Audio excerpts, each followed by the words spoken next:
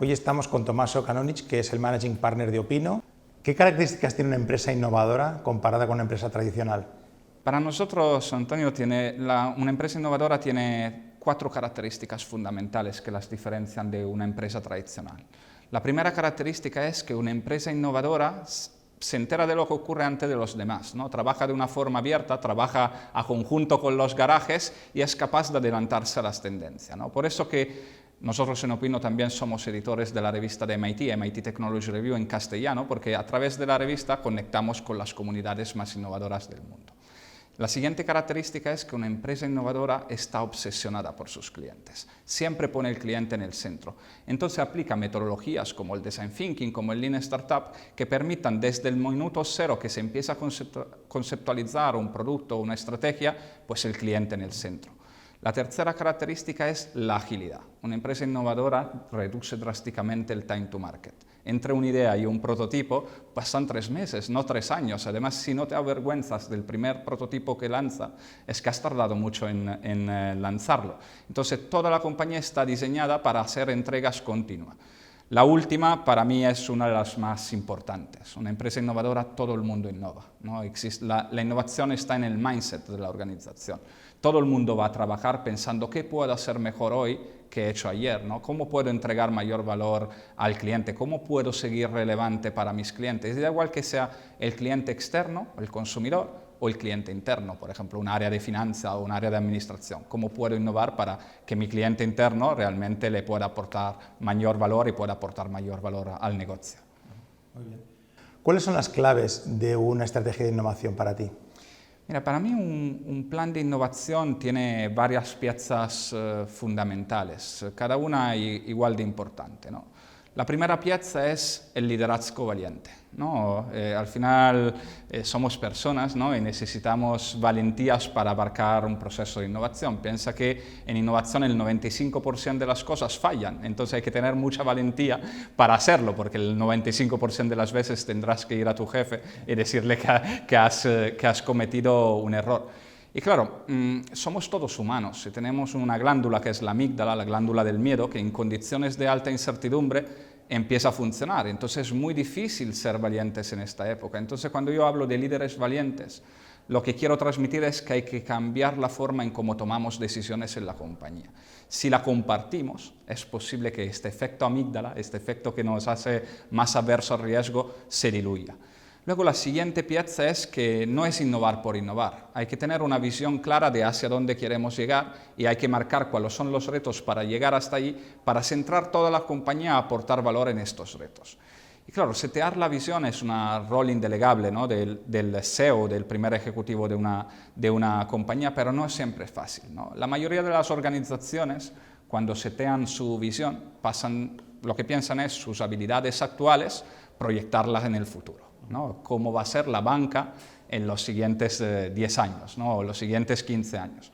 Pero claro, se olvidan de contestar a la pregunta fundamental, ¿va a existir la banca en 10 años? ¿Va a existir la banca en los siguientes 15 años? Nosotros trabajamos de otra forma, tenemos una metodología que se llama Envisioning y Backcasting, donde lo que primero hacemos es intentar proyectar el futuro. Imaginámonos el futuro, cómo va a ser la tecnología, cómo van a ser las personas, cómo van a ser los escenarios socioeconómicos. Dámosles una probabilidad y luego allí hacemos backcasting. Ok, si el futuro va a ser así, nuestra compañía cómo puede ser relevante en este futuro. Y allí tomaremos mejores decisiones. Yo siempre hago el ejemplo de la fábrica de tornillos, ¿no? Si te imaginas una fábrica de tornillos en 10 años, verás una fábrica de tornillos automatizada, sin humanos, ¿no? Con drones distribuyendo los tornillos. Pero claro, después de 10 años vas a ver que con la impresora 3D la mayoría de las piezas se van a imprimir ya montadas. Entonces ya no harán falta tornillos. Entonces todas las inversiones que has hecho en automatización, en tecnología, van a perder de sentido. Y si te hubieras imaginado primero el futuro y luego hubieras tomado decisiones, posiblemente lo hubieras tomado mejor. Y luego ya lo tradicional, hay que construir un funnel, hay que construir un portfolio. Lo más importante es que el portfolio sea variado. No solo puedes hacer innovación core, ¿no? Innovación del día a día de tu negocio, tienes que también pensar en el medio y largo plazo, en distintos horizontes. Y lo que nos encontramos es que la mayoría de las organizaciones en este momento están haciendo mucha innovación core, pero se olvidan de pensar en el largo plazo y de destinar presupuesto a proyectos seguramente más atrevidos, de más riesgo, pero que realmente pueden significar el futuro de una organización. Y en todo este entramado, ¿cuál es el papel del CEO? Bueno, el papel del CEO tiene unos roles que no se pueden delegar. El primer ejecutivo de una compañía es muy importante en estos procesos de innovación. Yo dediqué los últimos 6 meses con Antonio Núñez, un gurú de liderazgo que además trabajó para IESE, en entrevistar a más de 100 CEOs y preguntarles directamente a ellos, en el líder ante la innovación, ¿qué tiene que hacer el CEO para impulsar la innovación? ¿no? Al final lo que vimos es 4 roles claves, ¿no? Y lo puedo resumir como uno. Lo primero es setear esta visión y setear los retos para llegar a ellos. Esto es indelegable, ¿no? Estar en la estrategia es indelegable para el primer ejecutivo de la organización. Entonces, de allí, pues marcar los retos para la organización. La siguiente cosa es pasar de liderar el cómo a liderar el qué. Estamos viviendo en un mundo donde la tecnología es siempre más compleja, ¿no? Donde además estamos en la tempestad perfecta, muchas tecnologías actuando al mismo tiempo. Y es imposible ser experto de toda esta tecnología. A veces ni en 10 años con un doctorado llegas a ser experto de inteligencia artificial. Entonces el rol del primer ejecutivo tiene que ser dejarse aconsejar por los que realmente saben, ¿no? Y yo siempre digo que para mí el mejor consejo para un CEO en estos momentos es déjate aconsejar. Elige muy bien quién te aconseja, pero déjate aconsejar. La tercer rol es comprar los números, ¿no? Ser una data-driven organization. No te enamores de tus ideas, no te enamores de tus productos. Escucha al mercado y actúa de consecuencia. No sabes como consultora de innovación en cuántos procesos estamos sumergidos, donde de repente descubrimos que algo no funciona y se nos dice, oye, es que esto lo tengo en mis objetivos, he prometido al consejo entregar este nuevo producto, no podemos ir para atrás. Pues esto rompe la innovación, porque no hay cáncer peor en una organización que los productos zombie, ¿no? Entonces hay que saber lanzarlos, pero también hay que saber matarlos. Y la cuarta es, eliges tus grandes apuestas, ¿no? Al final, innovar también va de apostar, ¿no? Pensamos en Facebook, ¿no? Cuando se compró Instagram y WhatsApp, se gastó una gran parte de su capitalización bursátil, una cifra enorme de su capitalización bursátil, en 2 compañías que sumaban 150 empleados, ¿no?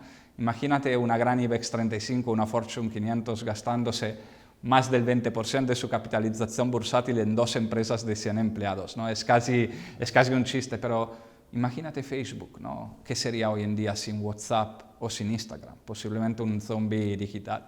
Lo resumirían con estar en la estrategia, en predicar con el ejemplo, ¿no? de comprar los números, pero también tener el atrevimiento de pensar de verdad en el futuro de la organización y pensar en qué legado quieres dejar a tu organización. En la época actual, ¿tú crees que es una buena época para innovar? ¿Y cómo integrarías, dado donde estamos viviendo, cómo integrarías la innovación en la estrategia de la empresa? Mira, yo creo que estamos en la época para ser atrevidos, ¿no? Hay un artículo de Harvard Business Review, cómo cambia la estrategia cuando el capital es súper abundante, que lo explica muy bien, ¿no? Estamos viviendo en una época donde hay mucha abundancia de capital, tanto que financiarse para una gran compañía cuesta casi menos del 2 o 3%, ¿no? En muchas ocasiones. Y claro, cuando estamos en esta época, este artículo mira cómo tiene que cambiar la estrategia. Si cuando el capital es escaso y muy caro, pues lo que premia al inversor es compañías que se hagan siempre más eficientes y con mucho foco, ¿no? Porque claramente hay un coste de oportunidad muy alto de cómo invertimos el capital.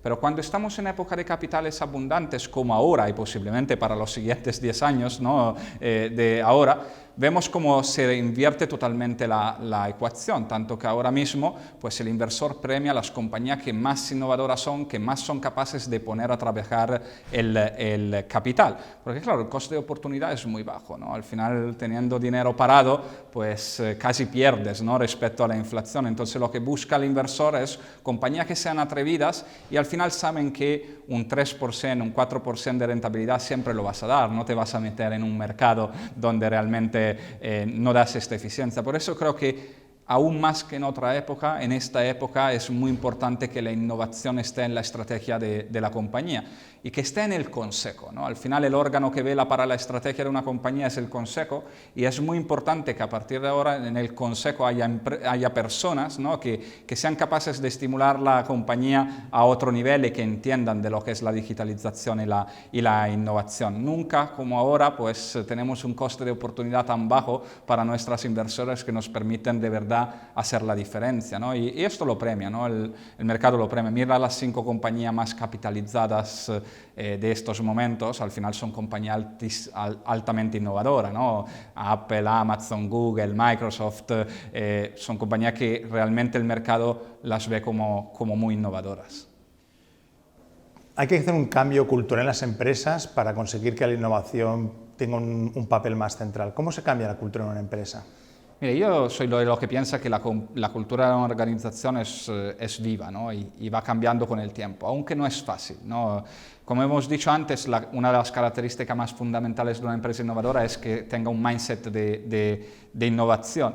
Y para mí la cultura hacia la innovación, hemos construido un framework en Opinno, que lo que venimos es, oye, ¿cómo hacemos que las personas quieran ser innovadoras, sepan ser innovadora y puedan ser innovadora, ¿no? La mayoría de las organizaciones trabajamos el saber, ¿no? Cuanto más talleres de metodologías de innovación, cuanto más talleres de Agile damos, más contentos somos, pero eso es una pequeña parte de lo que es el cambio cultural, ¿no? La siguiente parte es cómo hacemos que las personas quieran innovar.